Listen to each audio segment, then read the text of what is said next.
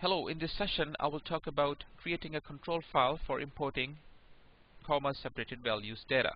This is Hassan Mir from 02protraining.com. We have created a table called student_course and we have created a CSV file with all this data, and we want to upload this data into this table.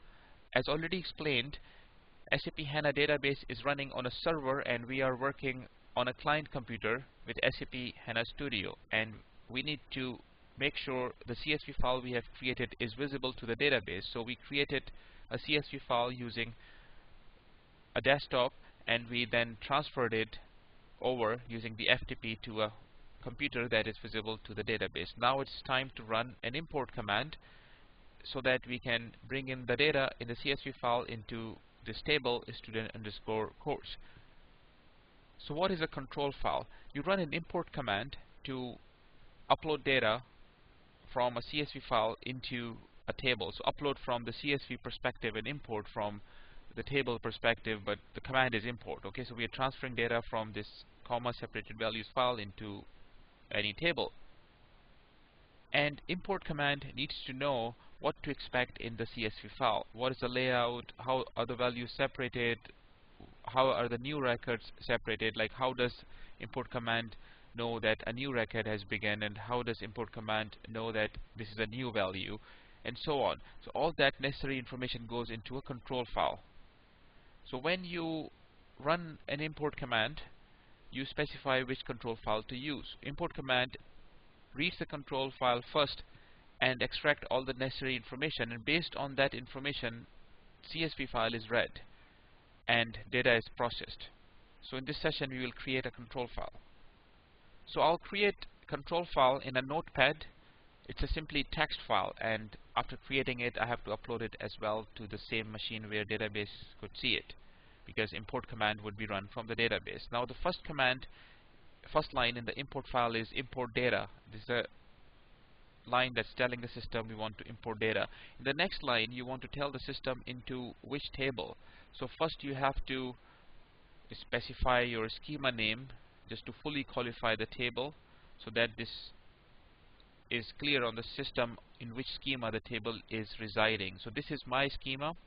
You might want to check your schema name that you are using in which the table was created. If you are using the same SAP system, then you will have the schema in something this format, P and some number, and if you're using your own system, then you will have a different schema name altogether. Okay, and then the table name. This is a table name. It is usually specified in double quotes. This is where I want to upload the data.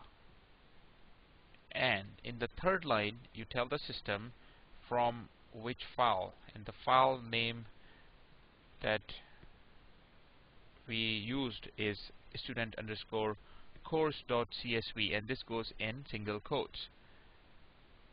And in the next line you tell the system how the records are separated. So record delimited by, and in quotes you specify the character that is a record separator, and this is the character that indicates an enter key or a new line. So after entering every record you have pressed the enter key to create a new line. So it's a new line character basically. Okay, and then you tell the system how the values are separated within each record. So there's record, in one record there are values, and our values are separated by comma, and hence the word CSV, comma separated values.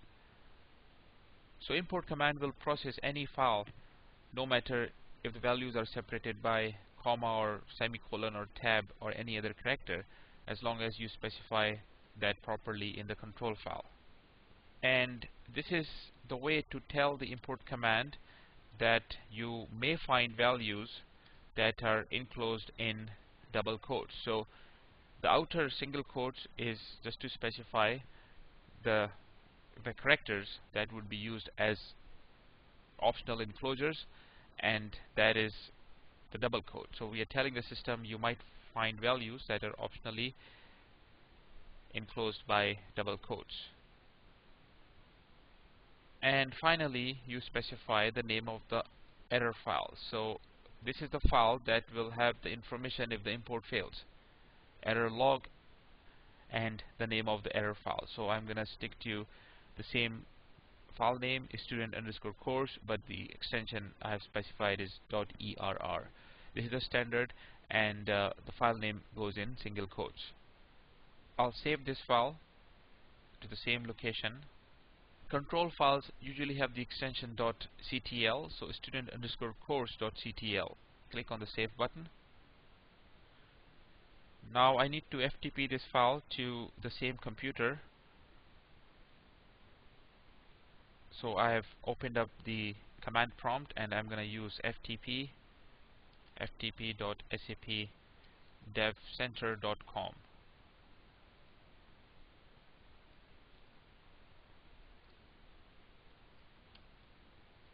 I just entered my username and password.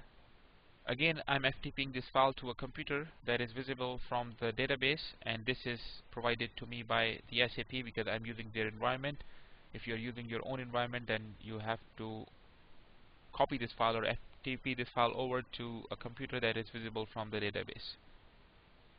And I want to copy this file over to the same directory that I created in the previous session, cd space Hassan Mir SAP. So I'm now in my local folder, and here I can use the put command to copy this file over.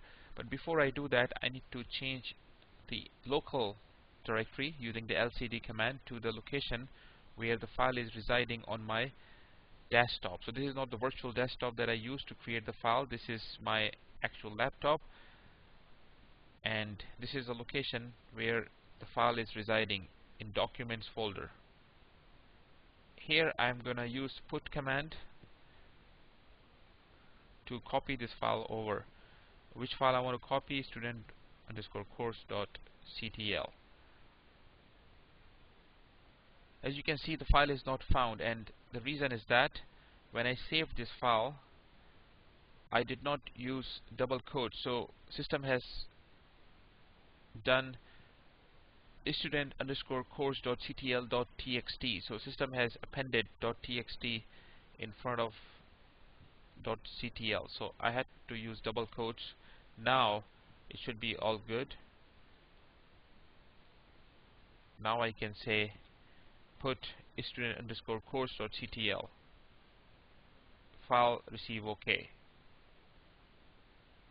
Keep in mind that I could have created both the files, first CSV and control file, and could have uploaded both together. So you can do that if you want. You don't have to just create Excel first and then do FTP and create control file and then do FTP.